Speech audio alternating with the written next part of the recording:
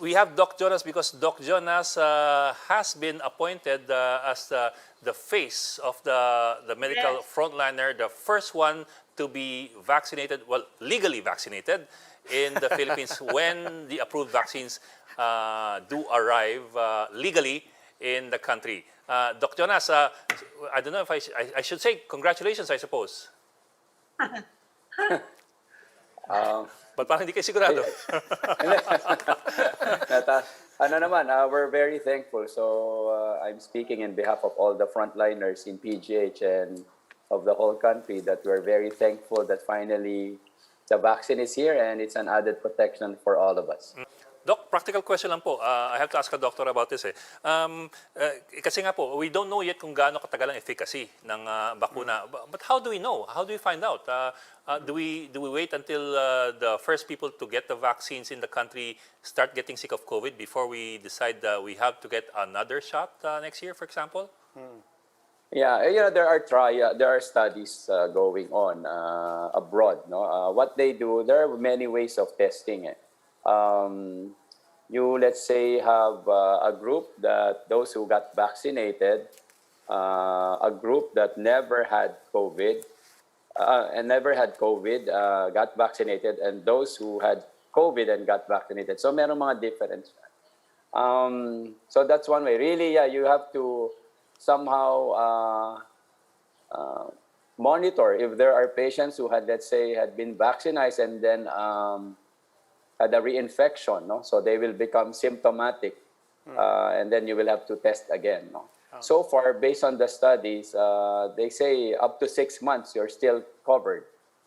They look into people who had the COVID infection, the natural infection without getting the vaccine, and they have been following these people. It's like a prospective study. Every now and then they will check their RT-PCR. So they're monitoring these patients and see if they will have another RT-PCR positive. It has to be a different strain though, no? Kasi, yeah. So, but Doc, that's like saying that kailangan nating bantayan kayo come September ulit kung well, ang mangyayari niyan may self-reporting no? You have to in a way be aware of the symptoms, and then if you have symptoms, then you have to tell. Kunyari, nabakunahan ka, so you're hoping wala kang mararamdaman, and then now you started having fever or flu-like symptoms, you really have to be tested for COVID just to see.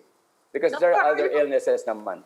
Are you also making exemptions sa vaccination, like people with severe allergies sa mga health workers nyo, or those above 65?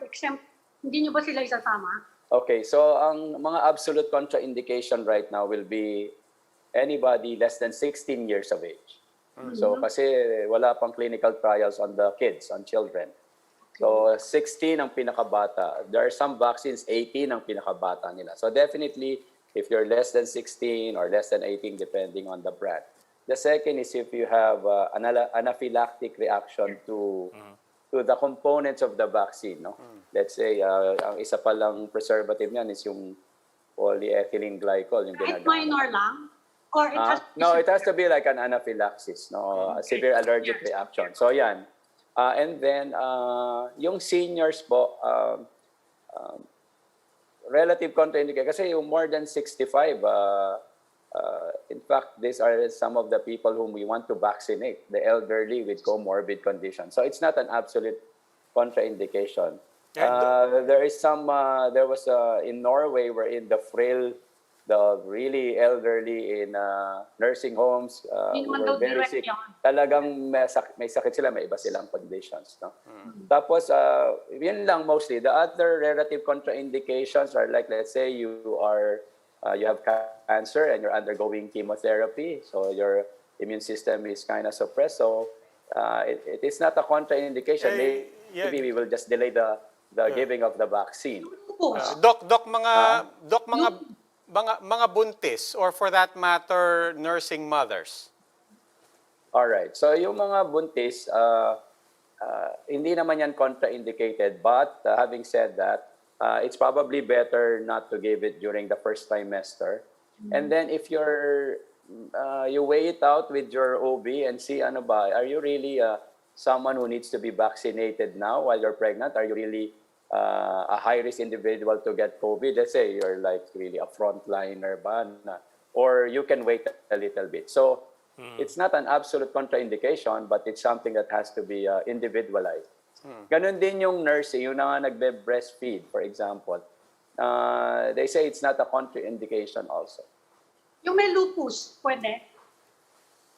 Yung may lupus, if they are being given steroids, no? So their immune system also might be quite low. But they say actually pwede rin eh. Kasi nga ito yung mga immunocompromised. Sometimes the only issue is they might not mount enough immune response to the vaccine. So the vaccine may not work. But in reality, you also would like to protect these patients who are getting some form of treatment to their illness. Okay. Doc, again, nasa basic questions pa rin tayo, and I hope this illustrates, ang dami talagang tanong ng mga tao. Yung pagka nagka-shot ka na, so you're protected for, we still don't know how long, but kung protected ka, that's different from not being a carrier. Is that right? So you can be protected in yourself, but you still assume that you are a carrier? You could be a carrier? Are you saying that, let's say you have been vaccinated, fully vaccinated, meaning you got 2 doses? Yeah. You're asking me if there is a chance that you can still get COVID and unknowingly be able to transmit the disease? Yes. Is that what you're asking? Yes. Right. Okay. So let me clarify. Kasi yung trials, what they did was, when they were looking at these subjects, what they did was they monitored those who had symptomatic COVID.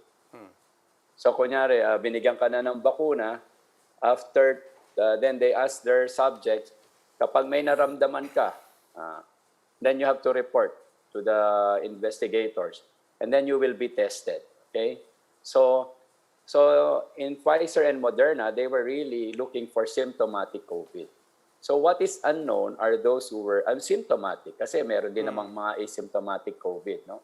So when you say 95% efficacious, what they meant was 95% na hindi ka magkakaroon ng symptomatic COVID-19. No? So you're protected from, in a way, you're protected from severe disease. But you're right. It's still an unknown that if you had the vaccine, is it possible that I will contract COVID unknowingly, but I'm asymptomatic? Yes, it's still possible. But at least they say that even though you can transmit, it's less likely because you're asymptomatic. Okay, one last final question. Yung efficacy is measured after the second dose. There's no such thing as parang protected ako after the first dose for X amount of time and so on. What's the difference of my protection, my level of confidence from the first shot to the second shot? Robbie, we measured the efficacy both after the first dose and the second dose.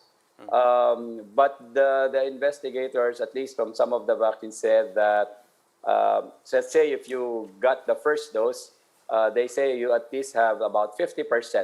There's about 50% efficacy already, which is, some say even 60%. No?